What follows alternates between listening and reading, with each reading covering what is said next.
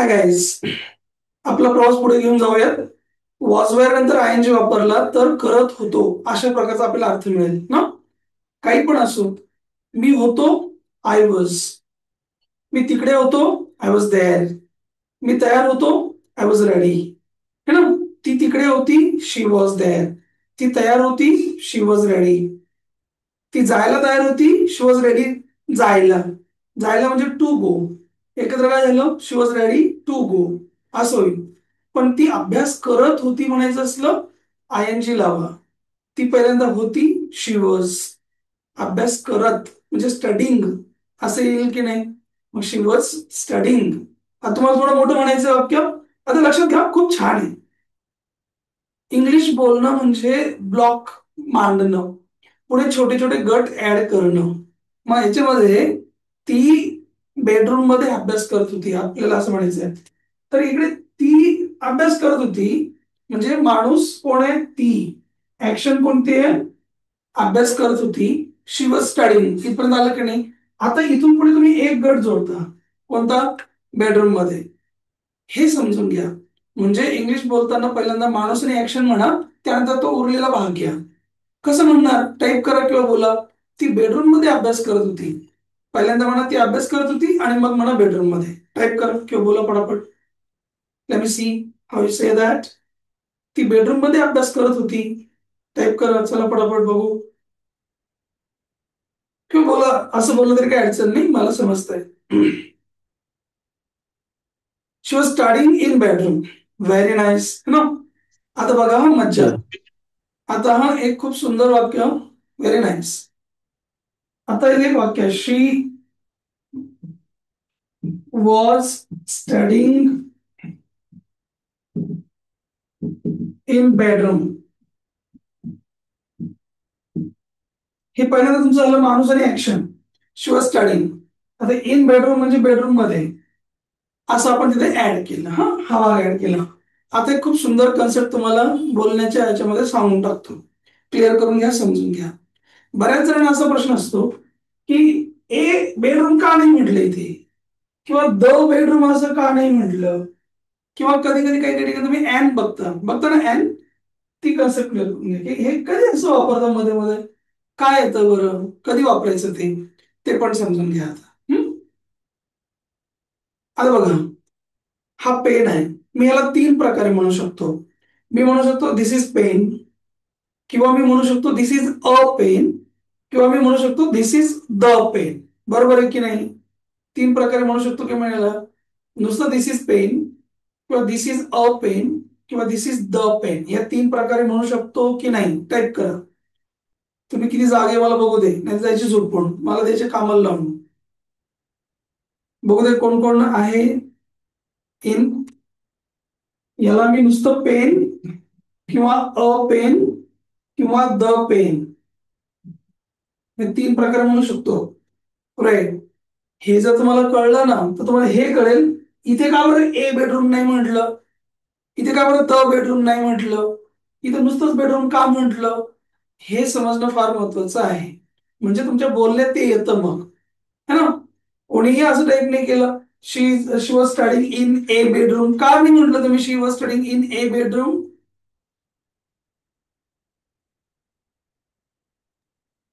ते समजून घ्या. हे बघा, आता जेव्हा तुम्ही असं म्हणता विदाउट ए अँड द, काहीच लावलं नाही त्याला, जेव्हा तुम्ही एखाद्या गोष्टीला काहीच लावत नाही तेव्हा ही जी गोष्ट आहे ना, त्या गोष्टीची व्हॅल्यू डाऊन होऊन जाते. जनरल होऊन जाते ती गोष्ट. ती कोणतीही स्पेशल गोष्ट राहत नाही, कॉमन होऊन जाते. म्हणून तिला काहीही लावलेलं नसतं. ना ए, ना एन, ना द. कळलं की नाही कळलं. मी जेव्हा म्हणतो दिस इज पेन, तेव्हा हा एक रेग्युलर पेन होतो, टाइमपास वाला पेन. याचं काही महत्व नाही, काय नाही, काय नाही. जगात ज्या काही अनंत गोष्टी अवेलेबल आहेत त्याच्यापैकी एक आहे. म्हणून दिस इज पेन. कळतंय का तुम्हाला, सांगा मला. येस ऑर नो बोला किंवा टाईप करा. कळतंय का बघा.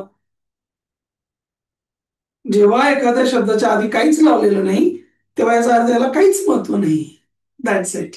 Very good. मी जेव्हा म्हणतो दिस इज पेन तेव्हा त्याचा अर्थ होतो की आहे असं पेन. आता काय आहे, पेन हा एक पेन आहे. मग असं येते, शी वॉज स्टडिंग इन बेडरूम, म्हणजे आमच्या घरी बेडरूम आहे, त्या बेडरूम मध्ये ती अभ्यास करत होती. म्हणजे बेडरूम काही खूप मोठा इश्यू नाहीये आमच्या घरातला, म्हणून तिथे ए वापरला नाही. मला वाटतं सगळ्यांना कळतंय. ओके. आता हे पण कळलं, जनरल आहे, हे पण कळलं. आता हा ए कधी वापरायचा ते समजून घ्या. हा, दोन वेळेला ए वापरतात. मी जेव्हा असं म्हणेल ना, दिस इज अ पेन किंवा दिस इज ए पेन, अ आणि ए एकच. हा, स्ट्रेस द्यायचा असला तर ए म्हणतात, म्हणजे महत्व दाखवायचं असलं तर रेग्युलर वेळेला अ म्हणतात. हिंदीमध्ये काही काही लोक अलाच आ पण म्हणतात, दिस इज अ पेन असं करतात. हा, ठीक आहे, समजून घ्या. मी जेव्हा असं म्हणेल दिस इज अ पेन किंवा दिस इज ए पेन, याचे दोन अर्थ झाले. पहिला अर्थ, हा एक पेन आहे, अ म्हणजे एक. अ म्हणजे एक, हा एक झालेला अर्थ. आणि दुसरा खूप महत्वाचा अर्थ आहे अ ला. कोणता? मी जेव्हा म्हणतो दिस इज अ पेन, याचा अर्थ हा पेन मी तुम्हाला पहिल्यांदाच दाखवलेला आहे. म्हणजे तुम्हाला हा पेन तुम्ही कधी बघितलेला नव्हता. First time you are watching, first time you are looking at this. कळतंय का ए म्हणजे काय? ए म्हणजे तुला ही गोष्ट मी आधी सांगितली नव्हती. First time I am telling you that thing, म्हणून मी तिला म्हणतो ए. कळलं की नाही कळलं? ए म्हणजे first time. Getting or not getting? Type कर, चला पटपट, नाही तर बोलत जा. जेव्हा आपण एखादी गोष्ट पहिल्यांदा इंट्रोड्यूस करतो तेव्हा त्याला ए म्हणतात. ती गोष्ट एकच असते हे जरी खरं असलं, पण तुम्हाला ती गोष्ट आधी माहितच नव्हती, त्याचा उल्लेखच नव्हता झाला, पहिल्यांदाच उल्लेख झाला, त्याला ए म्हणतात. एक वाक्य लिहितो इथे, long long ago there was a king. अशी गोष्ट तुम्ही ऐकली असेल, वाचली असेल, कुठेतरी कुठेतरी आलं असेल ना तुम्हाला, का नाही आलं? देअर वॉज ए किंग असं बघितलंय का नाही, ऐकलंय का नाही कधी तुम्ही? ऐकलंय ना? हो, टाईप करत चला, बोलत जा. लेडीज मंडळ, टायपिंगचा तुम्ही जोरात लावा, जोरदार ना. आता बघा काय म्हटलं इथे, गोष्टीमध्ये काय असतं, long long ago there was a king. मग तुम्हाला कधी प्रश्न नाही पडला का, ए किंग का बरं, द किंग का बरं नाही म्हटलं, नुसताच किंग का बरं नाही म्हटलं? है ना, नुसताच किंग म्हटलं असतं देअर वॉज किंग, तर किंगचं महत्व कमी होऊन गेलं असतं विचारायचं, म्हणून ए म्हटलं. ओके. बरं, दुसरी गोष्ट, एच का बरं म्हटलं, द का नाही म्हटलं? त्याचं कारण काय, अभी तो पार्टी शुरू हुई है, आत्ताशी गोष्ट सुरू झाली. आत्ताशी पहिल्यांदा सांगितलं की कोणी एकेकाळी तिथे एक राजा राहत होता. म्हणजे या राजाला पहिल्यांदा इंट्रोड्यूस केलं की नाही इथे? तुम्हाला काय माहित कोण राजा होता आणि काय करत होता? पहिल्यांदा तुम्हाला माहित झालं ना राजा होता म्हणून, म्हणून इथे ए वापरलं. समजतंय का नाही समजतंय? कळतंय का? Yes no yes. आता ही जर गोष्ट पुढे केली झाली ना, आता बघा खूप छान मज्जा. हा, आता इथे बघा की काय, there was a king, long long ago there was a king. आता जर पुढे परत तुम्हाला म्हणायचं राजा खूप शूर होता, असं म्हणायचं राजा खूप शूर होता, शूरवीर म्हणजे ब्रेव. मग हे वाक्य पुढे काय झालं ते असं राहील, the king was brave.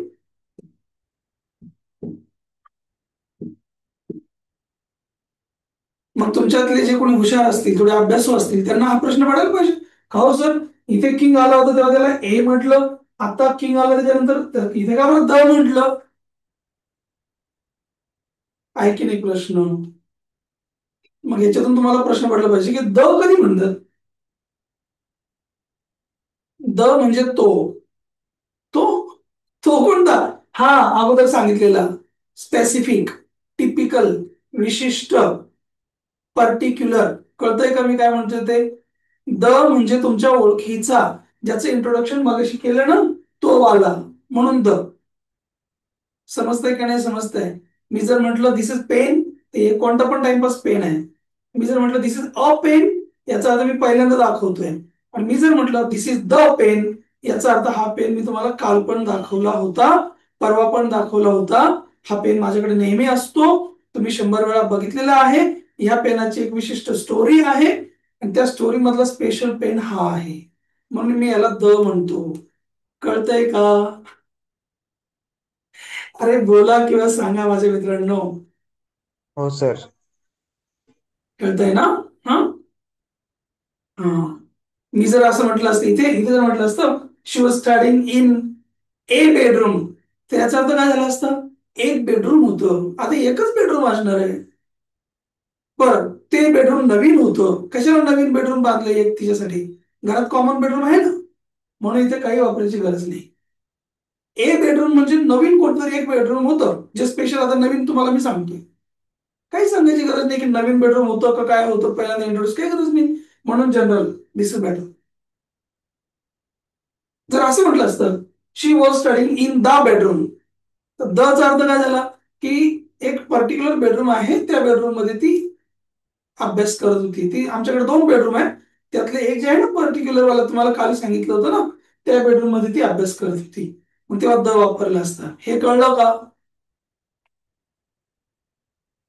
Yes और नो? Yes sir. ओके. आता राहिला प्रश्न कुणाचा? अँडचा ना. अँडचा. आता बऱ्याच जणांना हा प्रश्न पडतो की सर तो अँड कधी वापरतो?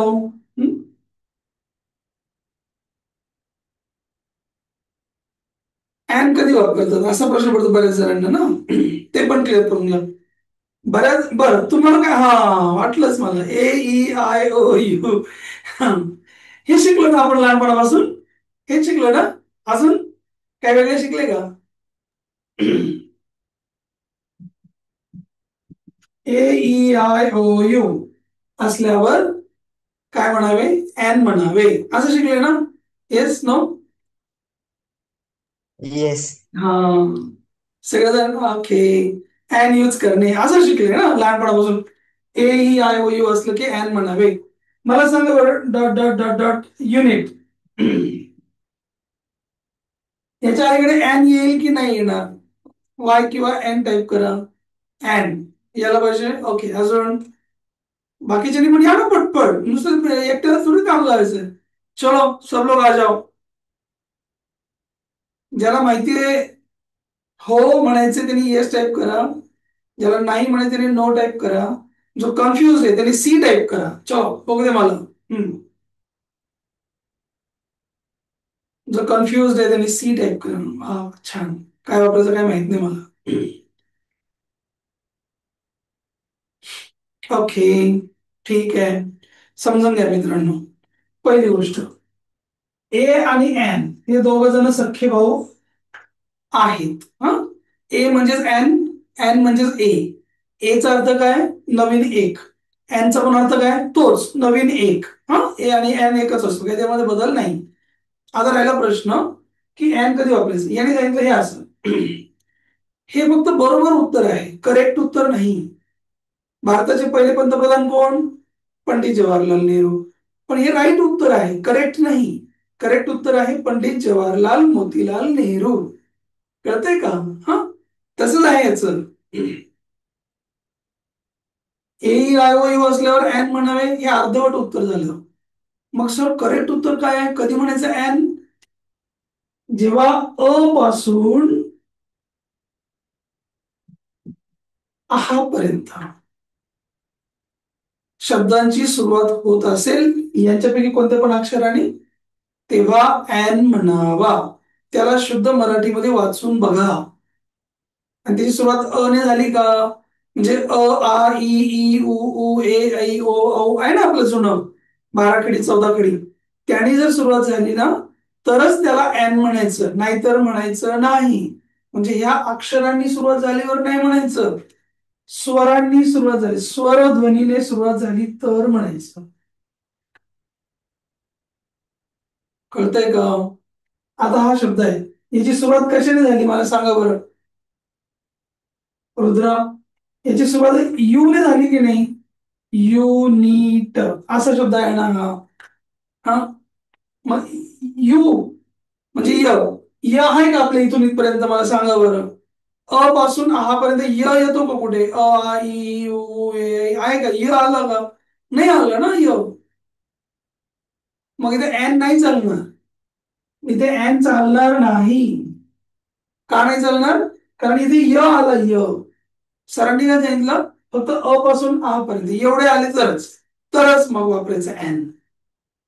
हा, म्हणजे दिसायला काही पण दिसो, पण आपल्या अच्या बाराकडे सुरू झाला पाहिजे. आता हा शब्द बघा, he is dot dot dot dot MLA. हा, आता विचार करण्याची गोष्ट, आपल्या आता याने जर सांगितलं, मग सांगितलं याने असं ए आय ओ यू असल्यावर एन म्हणावे. आता इथं आहे का ए आय ओ यू सुरुवातीला, आहे का? नाहीये ना. मग इथे एन लिहिणारच नाही हा, कारण त्याला माहिती लहानपणापासून शिकवलंय ए आय ओ यू असल्यावर एन म्हणावे. मग तो बघणार इथे तर नाहीये, मग तो एन नाही लिहिणार. परंतु याचं उत्तर एन आहे. इथे एन पाहिजे. का पाहिजे कोण सांगतं? चला, माईक चालू करून सांगू शकता, लिहू शकता की यार सर काय सांगता, इथे एन पाहिजे. का पाहिजे एन? कोण सांगतं? चला पटापट बघू तुमच्यातलं कोण ब्रिलियंट आहे, मला बघू दे. हा, गुड बॉय रुद्र, छान, शाबास.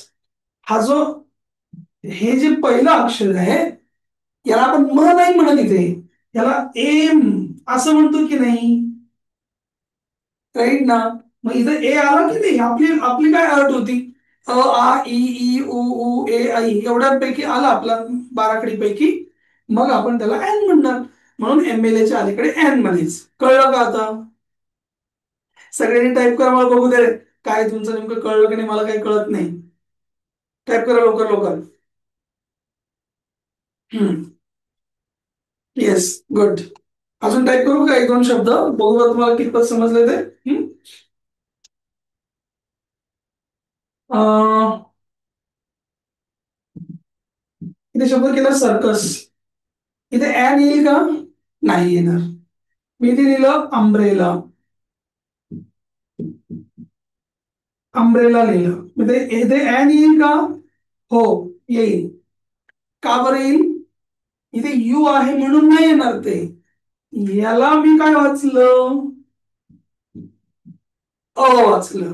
राईट ना. हा, आता हुशार झाले. मग तिथे अ आहे ना, म्हणून ऍन वापरतात. कळलं नाही इथपर्यंत? आता हा, कुठे पण नाही घुसायचं. आता हा शब्द बघा, काय? MCC आहे. इथे MCC एन दिसतो, पण तरी पण इथे एन चालून जाईल. का चालून जाईल? कारण त्याच्या सुरुवातीला ए आहे. कळतंय ना आता? हा, असं प्रत्येक ठिकाणी लक्ष ठेवत चला.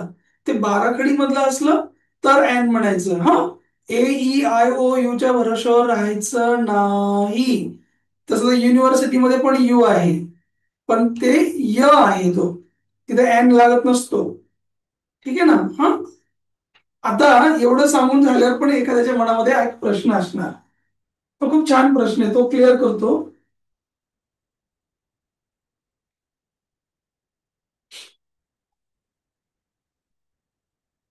मला खात्री आहे की तुम्हाला ह्या कोर्समधून बऱ्यापैकी गोष्टी शिकायला सुद्धा मिळतील. नुसतं कम्युनिकेशन नाही, थोडं वेगळं नॉलेज पण तुम्हाला शिकायला मिळेल. हा, बघा नीट समजून घ्या. ऍपल आहे, आपण लहानपणापासून शिकलो अँड ऍपल, याला पण ऍन लावलं, बरोबर ना? An apple. आता तुम्हाला हे कळलं की काय, इथं ऍ होता च्या बाराखडी मधला, आहे याच्यामध्ये ऍ आणि ऑ हे पण आले आता आपल्याकडे, म्हणून इथे ऍन वापरले. इथपर्यंत कळलं ना? तुमच्यातल्या एखाद्याला असा प्रश्न पडू शकतो, का हो सर, हे असं म्हटलं तर काय फरक पडला असता? ए ऍपल म्हणायचं ना. कुणाकडून हा प्रश्न पडला, एखाद्या वेळेला तरी पडला असेल, त्यांनी वाय टाईप करा. पण असं त्याचं एन का बरं वापरतात? एनची काय गरज आहे? जर ए म्हणजे पण एक, एन म्हणजे पण एक, हो ना? ए म्हणजे पण एक, एन म्हणजे पण एक, मग ए आणि एन दोघं नावांची गरज काय आहे? ग्रामरला दोघांची गरज का पडली? त्याचं उत्तर सांगणार आहे. हा, छान स्टोरी, समजून घ्या. इंग्रजीच्या सगळ्या शब्दांची रचना, इंग्रजी काय कोणती पण भाषा घ्या, पण इंग्लिशला लवकर कळतं आपल्याला. कशी झाली म्हणजे, एक स्वर एक व्यंजन, एक स्वर एक व्यंजन, एक स्वर एक व्यंजन, एक वॉवल एक कॉन्सोनंट. एक वॉवेल एक कॉन्सनेंट, एक वॉवेल एक कॉन्सनेंट, अशी रचना असते. आता बघा कोणाचं पण नाव घ्या. आता आर्यनचं नाव घेतलं, सपोज आर्यन. बघा जरा, हा कोण आहे? स्वर. मग हा कोण आहे? कॉन्सोनंट आहे की नाही आहे? बरं, हा ह्या जोड शब्द होता म्हणून हा कोण आहे? कॉन्सोनंट. याच्यानंतर लगेच कोण आलं? वॉवेल. कळतंय का तुम्हाला हे मी काय म्हणतोय ते? एक वॉवेल, एक consonant, one consonant, one vowel, हा बेसिक पॅटर्न असतो. आता माझं नाव चेक कर. राज आहे समजा. आर काय आहे? कॉन्सोनंट. पण ए काय आहे? वॉवेल. परत जे कोण आहे? कॉन्सोनंट. हे समजतंय का तुम्हाला? हो. आता पुढे चला. ओके सर, मला इथपर्यंत कळलं की एक कॉन्सोनंट. हा, तर रोहित घ्या. बरं, रोहितला म्हणायचं माझं पण नाव घ्या. घ्या बाबा, तुझं नाव घे. हा कोण आहे? र, कॉन्सोनंट. हे कोण आहे? वॉवेल. हा कोण आहे? कॉन्सोनंट. हे कोण आहे? वॉवेल. हा कोण आहे? कॉन्सोनंट. कळलं का रोहित? समजलं का? यस. हम्म. आता एक लक्षात घ्या. एक वॉवेल एक कॉन्सोनंट, एक वॉवेल एक कॉन्सोनंट, असं का बरं केलं? असे प्रश्न पडू शकतो ना. आता समजा जर असं रोहितचं असं नाव ठेवण्याच्या ऐवजी असं लिहिलं असतं, सपोज सगळे वॉवेल, रो, आई, ए, यू, ओ, चाललं असतं का असं नाव रोहितचं? ते असं वाटलं असते. नसतं चाललं ना. मग मजाच नसती झाली ना. मग भाषाच जरा नसती झाली. म्हणून एक कॉन्सोनंट, एक वॉवेल, एक वॉवेल एक कॉन्सोनंट, ही प्रत्येक ठिकाणची रचना आहे. त्याच्या मागचं एक शास्त्र आहे, एक सायन्स आहे. काय सायन्स आहे? बघा हा, तुम्ही ज्याला वॉवल म्हणता, आजचं लेक्चर थोडं वेगळं घेऊ आपण, समजून घेऊ एक कन्सेप्ट छान. हा, आपण ज्याला वॉवल म्हणतो किंवा स्वर म्हणतो, कशावरून ओळखता रे तुम्ही स्वर? बघू बरं, तुम्हाला कोणाला काय माहिती स्वर म्हणजे काय? तुम्हाला कसं काय कळतं हा स्वरच आहे, हा व्यंजनच आहे? हे तुम्हाला कशावरून कळतं? माईक ओपन करून बोललं तरी चालेल, ज्यांच्याकडे काही बाकी गोंधळ नाहीये, मागे आवाज नाही ना, ते सांगू शकता. How do you recognise, how do you identify whether this word is vowel or consonant? What is the knowledge about it? बोला फास्ट. तर त्याचा उच्चार अ आ इ येतो त्यामुळं ते होतं म्हणून. आता बघा, एक सोपी आयडिया आहे. जे आपल्या पोटातून सरळ येतात आणि आपल्या मुखातून बाहेर पडतात ना, त्यांना कुठेही मध्ये स्पीड ब्रेकर नाही, टोल नाका नाही, काहीच नाही, खड्डा सुद्धा लागत नाही, त्यांना आपण स्वर म्हणतो. म्हणून बघू शकता, माईक बंद ठेवून म्हणून बघा, आ, ई, ओ, ई, ए, म्हणून बघा. कुठे अडथळा आला का मध्ये? कुठे गाडी अडली का? कुठेच गाडी नाही अडली. जे सरळ आले त्यांना आपण काय म्हणतो? स्वर म्हणतो. इथपर्यंत कळलं का तुम्हाला? येस ना? गुड. आता व्यंजन म्हणजे काय? कॉन्सोनंट. कॉन्सोनंट कशाला म्हणतो आपण? व्यंजन म्हणजे काय? जे आपल्या मुखातून बाहेर येताना एकतर दातांना अडकतील, नाहीतर आपल्या ओठांना अडकतील, नाहीतर टाळूला चिटकतील, नाहीतर इकडे घशात अडकून बसतील, किंवा जोरात हवा फेकावी लागते, असे ज्यांचे प्रॉब्लेम्स आहेत ना, त्यांना आपण कॉन्सोनंट म्हणतो, त्यांना आपण व्यंजन म्हणतो. उदाहरणार्थ, हे अक्षर आहे, हे जर म्हणायचं असेल तर आपल्याला ओठ मिटावे लागतील की नाही? बिना ओठ मिटता, ओठ नाही मिटायचे आणि हे म्हणायचं. म्हणू शकता का तुम्ही? अरे म्हणू शकता का? ओठ नो. मिटता याला म्हणू शकता का? नाही म्हणू शकत ना. गाडी अटकून पडेल ना. म्हणजे यांच्यासारख्याचा उच्चार करायचा म्हटल्यावर एक तर ओठ मिटा किंवा दात मिटा, जीभ लावा, असं काहीतरी करावं लागेल की नाही? त्यांना आपण काय म्हणतो? कॉन्सोनंट म्हणतो. मग भाषा कशी तयार झाली? थोडासा श्वास, थोडस कॉन्सोनंट, थोडं अटकून अटकून घ्या, थोडं सरळ घ्या, याच्यामधून भाषेचा लहेजा तयार झाला. मग त्यामुळे काय झालं ना, आपल्या बोलण्यात अशी लय आली छान. ठीक आहे. हा जर समजा स्वर असला तर हा व्यंजन होतो, हा स्वर असला हा व्यंजन होतो, किंवा उलट पहिला व्यंजन असला दुसरा स्वर होतो, त्याने आपलं बोलणं सारखं होतं. जर सगळे व्यंजन घेतले, आता समजा सगळे व्यंजन चला त्याची पण एक ट्राय करू मग. आता एक असं घेतलं,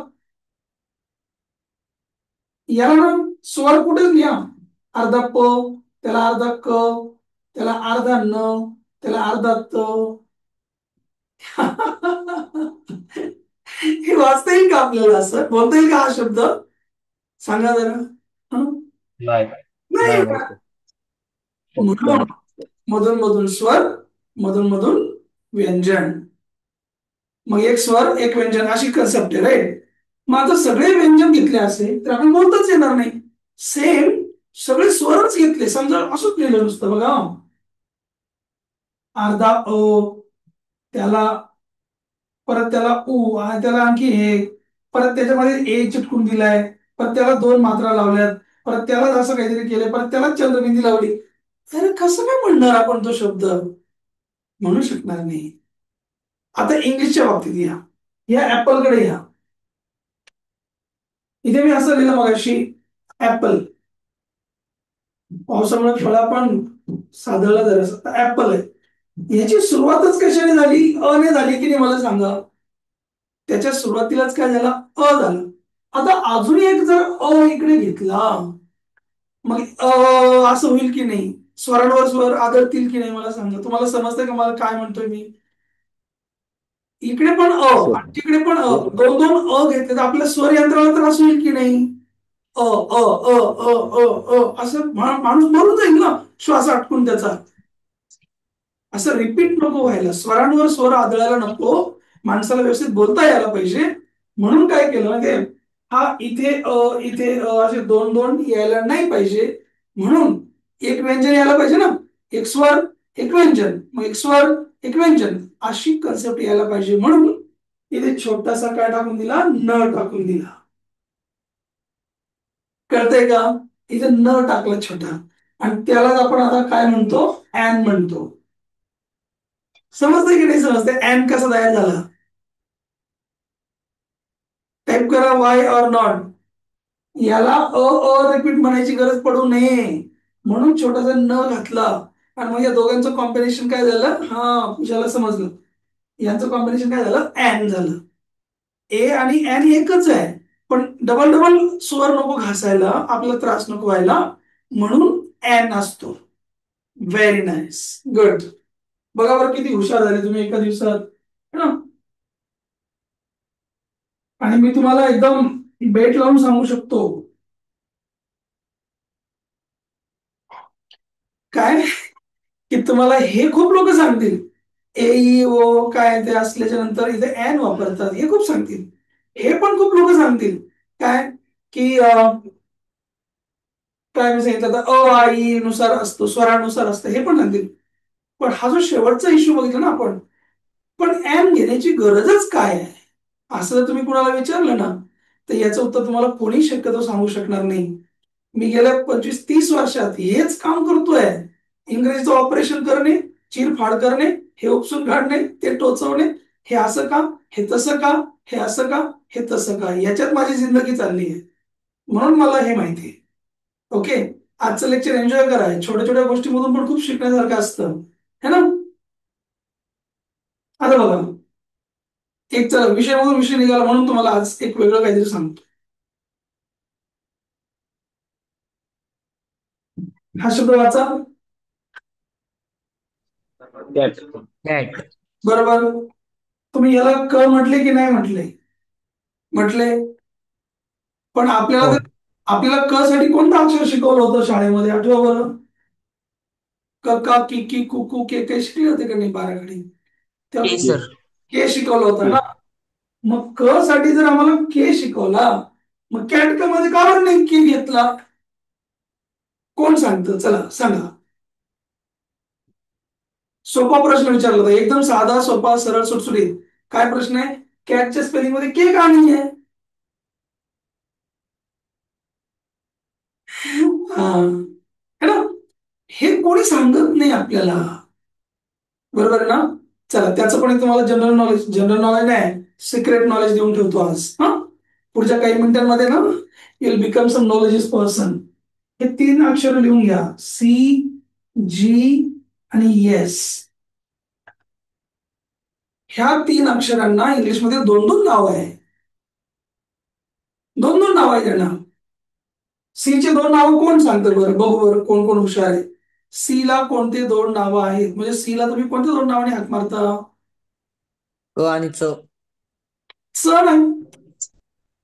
च स ला स येतं ना. हीच मज्जा आहे. याला तुम्ही कधी कधी क म्हणता आणि कधी कधी स म्हणता की नाही. स नाही म्हणत त्याला, सी ला. सर्कस. स म्हणता की नाही सी ला. म्हणतो. बर, जी ला कोणती 2 नावं आहेत मला सांगा. चला.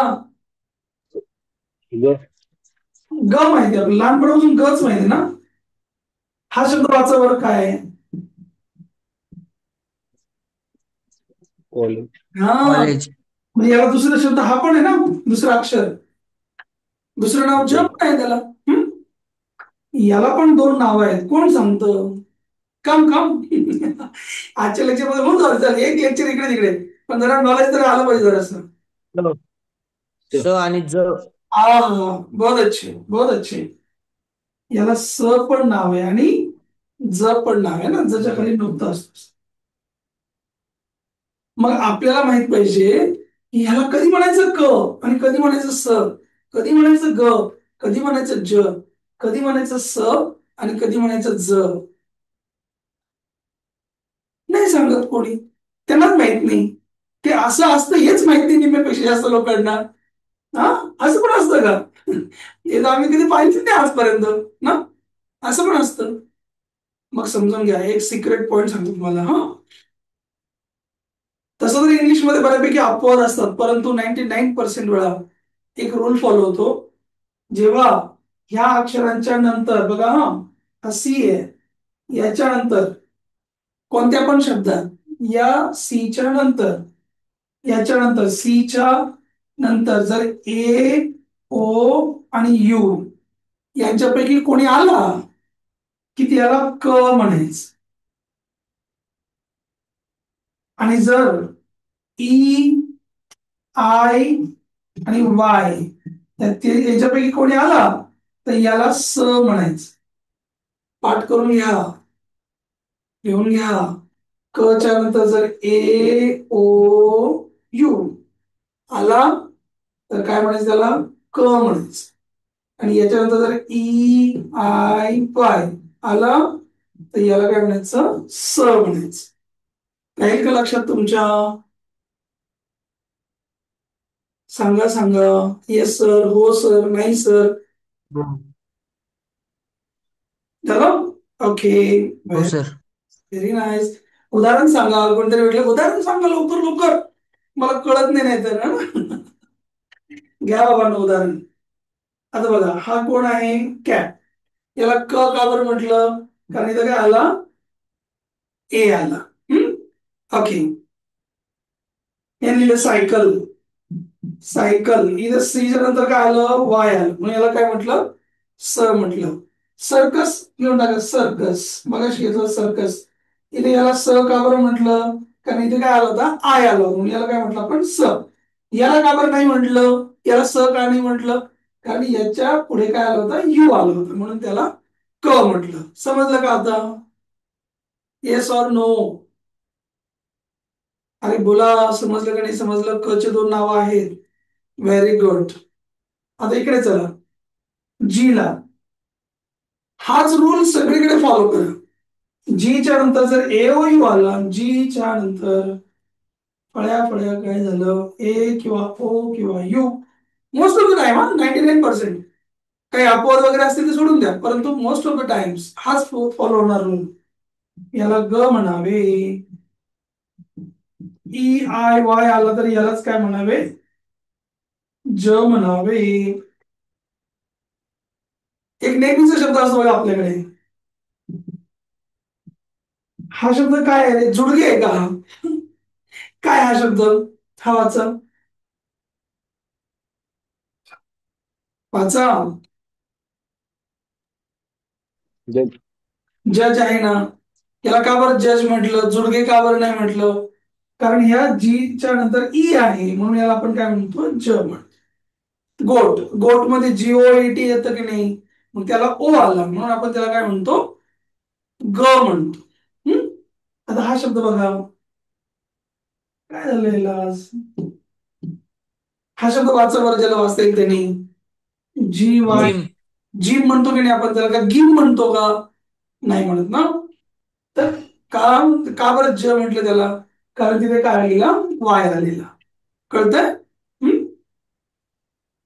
अपवाद पण आहे भरपूर, वेगवेगळ्या भाषांमधले शब्द आहेत. उदाहरणार्थ गर्ल, गर्ल शब्दामध्ये GIRL येऊन पण याला गच म्हटलं जातं.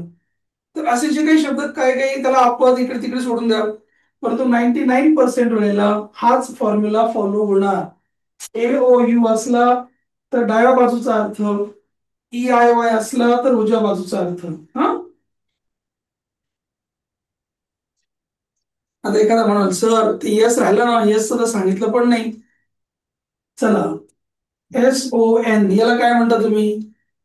सन. का सन म्हटलं? कारण याच्या पुढे काय आलं? ओ आलं. आता हा शब्द बघा, वाचा याला. राईज. राईज. राईज. राईस. का याला ज म्हटलं की नाही आपण?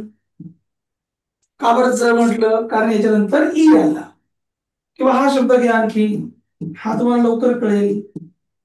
हा वाचा बरं, काय आहे? सरप्राईज. सरप्राईज. सरप्राईज. हा याला आपण स म्हटलं, एकाच शब्दामध्ये आहेत दोघ जण. याला स म्हटलं आणि याला नाही म्हटलं, याला तर आपण ज म्हटलं, है ना.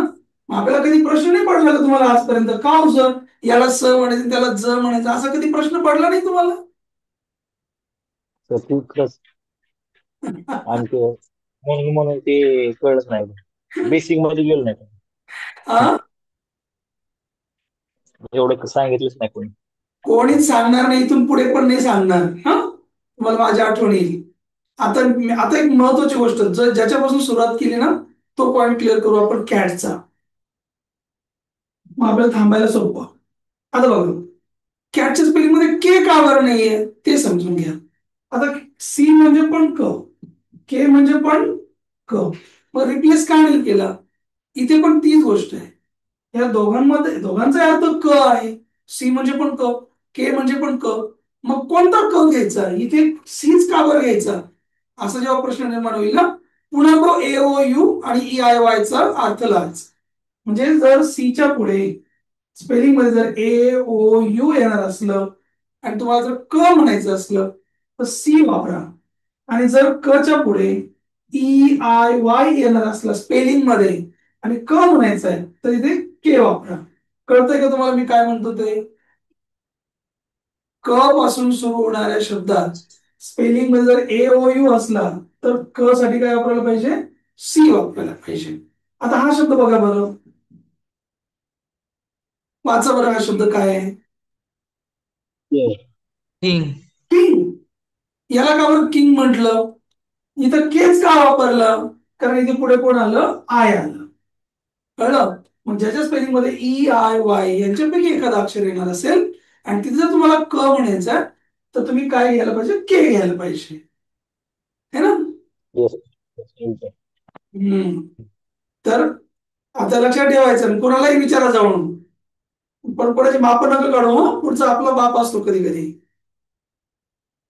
ज्ञान असावं पण विनम्रतापूर्वक असलं पाहिजे, त्याच्याने आपल्याला गर्व होता कामा नये. पण हे खूप सिक्रेट आणि चांगलं ज्ञान आहे की कॅटच्या स्पेलिंग मध्ये के का नाहीये सांगा बरं. हे कुणालाही सांगता येणार नाही. मग तुम्ही सांगा समजून की क म्हणताना जर पुढे स्पेलिंग मध्ये AOU असला तर सी घ्यायचा असतो, आणि क म्हणताना जर पुढे EIY घ्यायचा असला तर स्पेलिंग मध्ये के घ्यायला पाहिजे. म्हणून ओके, कळलं? Yes or no? अरे कळलं की नाही बाबांनो? हो सर. Yes sir. छान. तुम्हाला आजचं लेक्चर कसं वाटलं आणि याच्यामधून तुम्हाला काय फायदा झाला काही मला नक्की लिहून कळवा. मला आवडेल, तुमच्या प्रतिक्रियांच्या मी प्रतीक्षेतच असतो. आपल्याला नक्की या सगळ्या गोष्टींचा फायदा होतो. ओके, चला आपण आज इथे थांबूया. उद्या परत आपण आपल्या आपल्या मार्गावर. ठीक आहे, पाठवा मला मेसेज पण काय काय म्हणतात ते. सर आवडेल. Good night sir. Good good night. Night